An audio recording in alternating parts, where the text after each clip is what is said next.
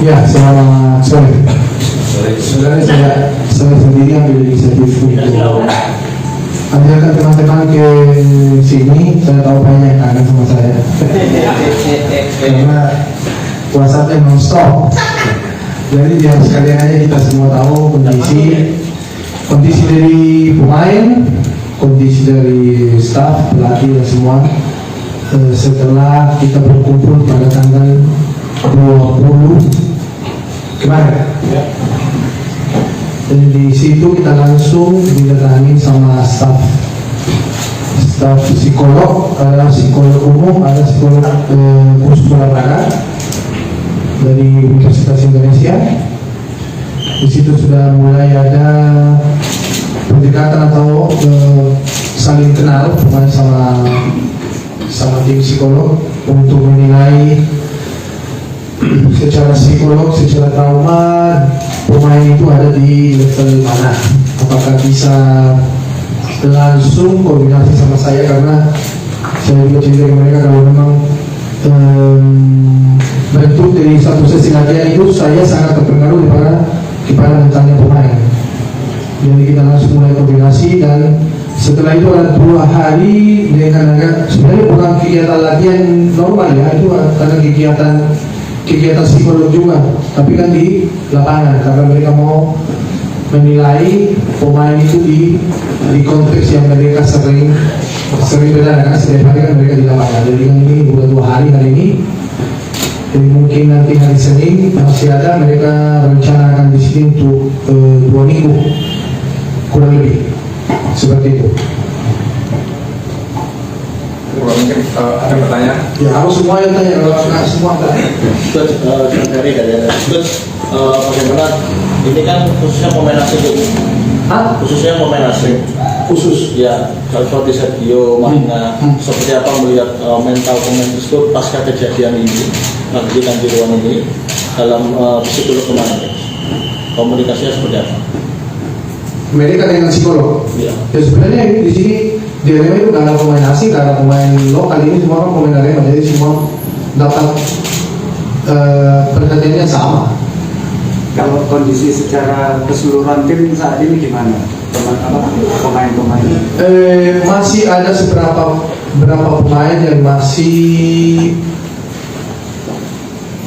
saya nggak mau salah sebut ya, tapi saya nggak tahu apakah itu trauma atau masih yang di dalam kesedihan. Ada seberapa, tapi dengan apa yang sebenarnya saya nggak bisa jawab soal psikolog, karena kan psikolog kan juga ada staff. Apa yang saya lihat dari pemain ya masih ada yang belum bisa konsentrasi mungkin 100% ke fokus latihan, makanya kan yang apa namanya tugas atau latihan yang di lapangan itu sebenarnya lebih kepada kekompakan, lebih kepada terbiasa aja untuk masuk ke lapangan daripada ke main atau ada taktikal atau teknikal, itu sebenarnya nggak ada. Kalau pemain asing sih aman mas. Dengan kejadian kemarin masih ada. Ya. Karena kan dia kan belum pernah bermain di sini, dengan banyak kejadian di Indonesia. Dan sebenarnya kan asing atau lokal kan mereka belum pernah rasain apa yang terjadi kemarin. Jadi kan sebenarnya semua sama. Saya lebih bisa pahami mereka di sisi waktu kita ke rumah korban. Jadi mereka itu lebih terpukul di situ dengan situasi dan kondisi rumah atau keluarga. Di situ mereka kayak seperti lebih drop. Tapi selama ini berapa hari ini mereka ya tetap mulai bersemangat. Jadi dari Warna mau nambahin pertanyaannya Ferry. Kalau nggak salah baca pas awal setelah kejadian, Maringa sempat mengungkapkan niatnya untuk pulang kampung. Nah itu kalau dari Coach Roka sendiri gimana cara membujurnya biar dia tetap di sini, itu pertama. Terus kedua, ini kan masih belum ada kepastian nih ke depan bakal seperti apa, gimana nyusun menunya dan nyusun periodisasinya. Makasih. Saya nggak baca ya waktu itu Maringa kalau bicara seperti itu, karena saya nggak ikut sosial media dari para pemain, itu kan privasinya mereka sendiri, jadi saya nggak tahu apa yang dia bicara. Mungkin dia niat untuk untuk refreshing atau ketemu keluarga dulu, tapi kan sampai sekarang ini tidak ada ya. Jadi saya nggak bisa berspekulasi tentang apa yang dia bicara karena selama ini dia masih ada di sini dan dia masih ada di sini. Yang jelas untuk bukan cuma untuk dia ya, secara khusus kan saya mencoba untuk kasih tahu ke pemain atau bicara ke pemain kalau sebenarnya ini kan bukan masalahnya di bola. Jadi jangan sampai kita benci profesi atau olahraga sepak bola karena ini sebenarnya di luar. Itu yang pertama. Yang kedua, ya kita harus tetap sikap sebagai pemain profesional. Ini kan saya selalu panggil ini seperti artis ya. Kita tidak pemain itu kadang-kadang orangnya nggak tahu bentuk atau kesediaan hati, tapi yang paling penting kan harus tampil.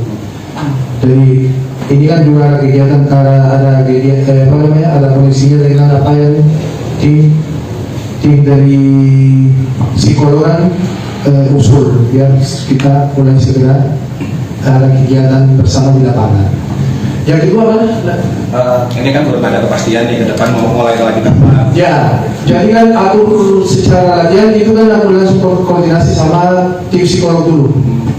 Karena mereka yang menilai ini pemain ada di level yang mana, apakah masih mereka bisa atau belum bisa menerima sesi latihan yang lebih intens atau lebih keras. Jadi kan selama ini kita cuma menilai mereka kalau semuanya apa yang kita lakukan ini dari secara mental aja. Seperti itu. Terima kasih. Ya. Saya pikir ya, kalau tadi kan soal pemain ya. Kalau Ya. kondisi coach sendiri gimana? Ini pertama kali selama 20 hari orang tanya kondisi saya sebenarnya. Kalau saya sih baik-baik saja. Saya bukan orang kuat, bukan orang yang pintar atau apa, tapi saya lebih ke saya menilai ini saya tidak punya waktu untuk bersedih, saya tidak punya waktu untuk trauma atau apa, karena yang pertama saya harus tanggung jawab kepada pemain. Kalau saya yang kena pasti kan susah untuk atur atau untuk kasih semangat kepada pemain. Jadi sebenarnya saya baik-baik saja, saya kan tetap jalanin tugas seperti biasa. Kalau latihan lapangan sudah kantor, kalau nggak latihan ya saya di kantor. Jadi banyak sesuatu yang aku harus juga kerjain. Saya lagi kerjain juga sama beberapa staff dari tim pelatih untuk melakukan filosofi Arema Malangan untuk yang bisa kita atur dengan pertama filosofi klub, habis itu metodologi latihan dari tim senior sampai tim junior. Jadi mungkin akan kedengaran terlalu dingin, tapi kita harus tetap berjalan pelan-pelan dengan sedih, dengan luka di hati, tapi kita tetap harus berjalan.